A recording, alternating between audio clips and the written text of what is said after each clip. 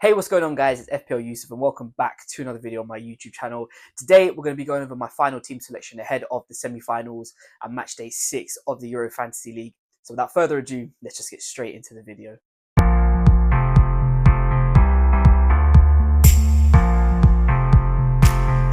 Okay, thank you guys so much for joining me for another video. If you wouldn't mind just taking a second out of your time just to drop a thumbs up and subscribe down below, it would be greatly appreciated. So yeah, let's just get straight into the video. So we're back now with my final team selection ahead of the semi-finals of the Euros match day 6. So we're going to get straight into showing you guys kind of like my squad that I've got going on, and I'll answer some key questions about this game week right at the end. So goalkeepers, we're going to start off. I've gone for one from either game. So today at the time of recording, it's currently Tuesday afternoon. So I'm going to get this video uploaded before the first game, which is France versus Spain. And we will have our keeper playing in that game, and it's going to be Mr. Mike Maignan. There's not really too much to go over around the keepers as such. You know, I've got one from either game. I've got Pickford on the bench, as you can see. It'll be whichever one keeps the clean sheet. I'm hopeful that one of them will get one, but you know, when you get to the semi-finals of the tournament, you never truly know. So yeah, keepers, I've gone for the two which I think have got the best chance of keeping a clean sheet, but also the two teams which I expect to go through to the final. Into the defence now, we're going to start with the French double up of Koundé and Saliba. Now, both of these guys have been a mainstay. You know, if you've been watching my videos over the last few weeks, these two have been like absolutely fantastic for me. They've been returning points every week, even if they haven't kept a clean sheet. Just solely from the ball recoveries alone, they've still been getting, you know, anywhere between 5 to 7 points without the clean sheet. So yeah, both of them. We've gone for the double up. There was a possibility about tripling up with Theo Hernandez, but I thought it might just be a bit overkill. And that brings me nicely on to my other double up in defence, and that is Kyle Walker and Mark Gahey. Now, I brought Gahey back in. He was suspended, obviously, for last week. Now, I do expect him to start the semi-finals. And same thing for Kyle Walker. I think whether if England play a 3-back or a 4-back, I think both of them two will be in the squad. And I do expect England to get past Netherlands. Despite how they've been playing this tournament, I do think that there will be enough there to get through to the final, which is obviously another part of the reason why I'm picking certain players, is because we want to try and minimise as many transfers for the final week as we possibly can. And the last one to round off the defenders is Stefan de Vrij. And to be honest with you, he's kind of only in here for sentimental reasons. You know, he obviously returned last week for me with a big 12-point haul. Obviously got a goal, bit fortunate, but you know, we'll take it. I just didn't really fancy any of the Spanish defenders. Obviously, you know, Spain are missing Carvajal and Lenormand out of their main back four, so it's going to be a bit of a makeshift back four from Spain. So I think out of the two, I think Netherlands probably have more of a chance of getting returns from their actual defenders than Spain do. So yeah, that kind of covers our defence. It's a little bit of an even split: 2 France, 2 England, and 1 from the Netherlands. Okay, on to the midfielders now. Now, this is just a straight, literally half and half. We've got 3 English and 2 Spanish, as you guys can see on screen. We'll start with the English lot first. Bukayo Saka and Jude Bellingham. I think these two kind of just go on there without question, really. You know, Saka just proving how influential he is to England last game against Switzerland in the quarterfinals. You know, coming up clutch with a goal. Played all the way through the 120 minutes as well, and took the penalty for the penalty shootout. Bellingham, again, same thing, played all the way through 120 minutes. So, you know, you're kind of maximising the time on pitch to give yourself the best chance of getting returns. Declan Rice, another one, also 120 minutes now. He is in there because of the ball recoveries now. It was a toss-up between him and Kante. However, just looking at the French midfielders, they don't really stand out to me as like points grabbers. You know, if Kante was playing more of a deeper role, maybe I would choose him over Rice. But because it's kind of Tchouaméni's spot, Rice is doing that job for England, and he's getting ball recoveries every single game. And I think the game against Netherlands should be a pretty even match. So I think there'll be a lot of opportunities for him to rack up ball recoveries in the game. So yeah, I've gone for the triple up on England in the midfield. And the other double up, as you guys can see, is the Spanish duo of Dani Olmo and Nico Williams. I think Nico Williams is kind of pretty much set and forget at this point. You know, he's been fantastic this whole tournament and one of Spain's real bright sparks going forward. And obviously down as a midfielder, extra point for a goal, extra point for a clean sheet if they manage to keep it against, you know, a fairly ineffective France attack so far this tournament. So it's not out of the question. And Dani Olmo, the reason why I've gone for him is 2 reasons. Number one, I think, you know, the way he played against Germany in that last round, I don't think he can really be dropped. You know, a goal and an assist, he had a great performance. But also, I think there's an opportunity that he may actually play as a false 9 because Morata is suspended for this game. So I think he will definitely get his time on the pitch, and you know, he's been very effective for Spain over the last few games. So yeah, for me, we're going to go for a double up on Spain in midfield, but also a triple up of England. And finally, coming on to the forwards now, I've gone for the 3 that I've kind of tried and tested throughout this whole Euros campaign. You know, Kylian Mbappe, like I said, he's coming up against a fairly weakened Spain defence.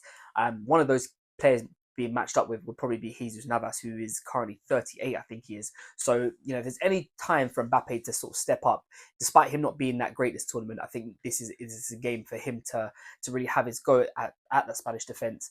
Lamine Yamal on the opposite side, again, there's not really that many strikers to choose from. It was kind of between Yamal, Gakpo, and Kane. 2 out of the 3 had to come into the side. I've had Yamal in there for a few weeks now, and he hasn't been groundbreaking, but he's been very good at ticking over points. He's anywhere between 4 to 7, so we'll take it. At 6.5, I think a lot of us forget that he's actually only 16 years old, which is crazy to think about. But Yamal is going to be the second forward there, followed by the last one, which is going to be Cody Gakpo. Again, this one was kind of a toss-up between Kane or Gakpo, and I just think he's just in better form. I don't really see what Harry Kane's bringing to this England side at the moment, other than just slowing us down in the pressing side of things. So for me, I just don't really know if I feel like Van Dijk and De Vrij would probably want to play against a striker like Kane versus a striker like Ollie Watkins or an Ivan Toney. So yeah, for me, don't get me wrong, Harry Kane is world class and obviously can score on any given day, but I think Gakpo just got a little bit more about him at the moment. So yeah, that is going to be my final team selection on the wild card this week, going into the semi-finals of the tournament. I'm going to go over some key questions now and just divulge into a few little things a little bit more.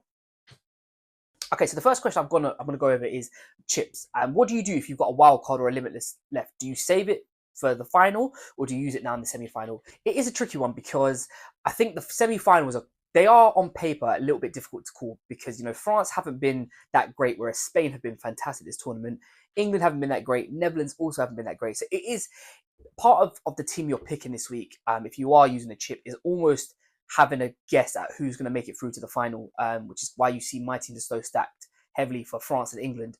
I do think both of them will go through, but again, that is personal preference. I think if you've got a chip, I think it kind of solely depends on your team. Now, if you've got enough of the free transfers that you can make adequate changes so that you can still put out a decent starting 11 and have maybe 1 or 2 subs, maybe you don't need all of them, but maybe a few without taking minuses, I think, okay, maybe it might be worthwhile to hold it. However, if you need like mass changes, I wouldn't even worry about thinking about the final. I'd worry about just getting the best team that I possibly could out this week, and then worry about the final next week when it comes, or on the weekend, sorry. I think if you've got a limitless chip, I think there maybe a little bit more thought needs to go into it, because obviously your team will revert back to what you currently have now. Whereas if you've got a wild card, I think you can kind of sit up with a lot of safe parameters, knowing that you could take through a bunch of players and that you'll only be able to use the free transfers to kind of fill the squad when you get there on the weekend. So yeah, if you've got chips, I think it also obviously depends on the squad you've got, but if you can save it, by all means do. But if not, then yeah, don't feel any type of way about using it now.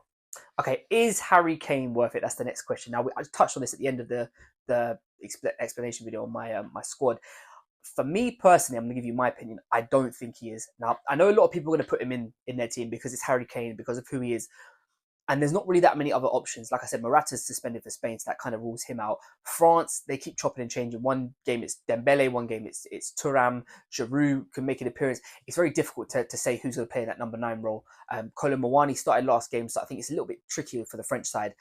You could take a gamble on one of them. Ousmane Dembele, he got man of the match despite coming on as a sub, so he's, I think he's probably in line for a start at some stage. It obviously depends on the formation they play. But in terms of Harry Kane in particular, I just think that Gakpo, maybe even Depay, you could argue, is just a better alternative to Harry Kane. That's not to say Harry Kane can't score. He is, at the end of the day, he's a world-class finisher.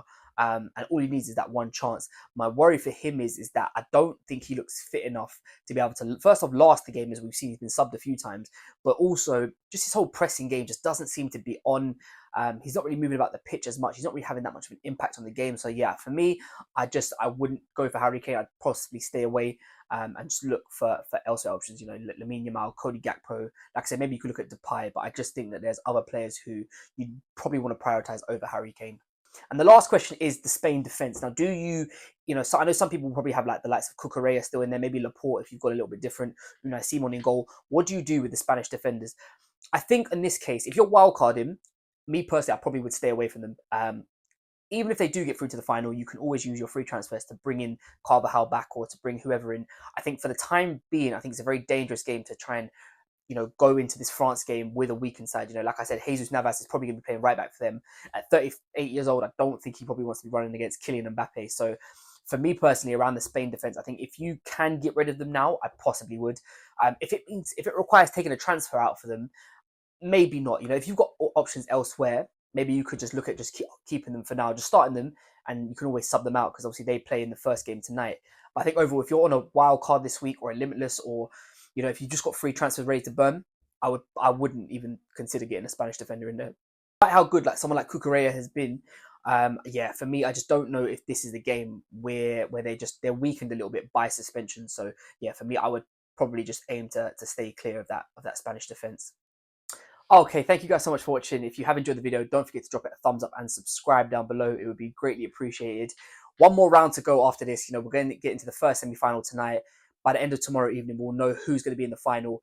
So I'll probably be back with videos on Thursday and Friday of this week. I'll do, you know, my final team selection going into the final. I'll do transfer target videos just talking about, you know, which type of players you should go for.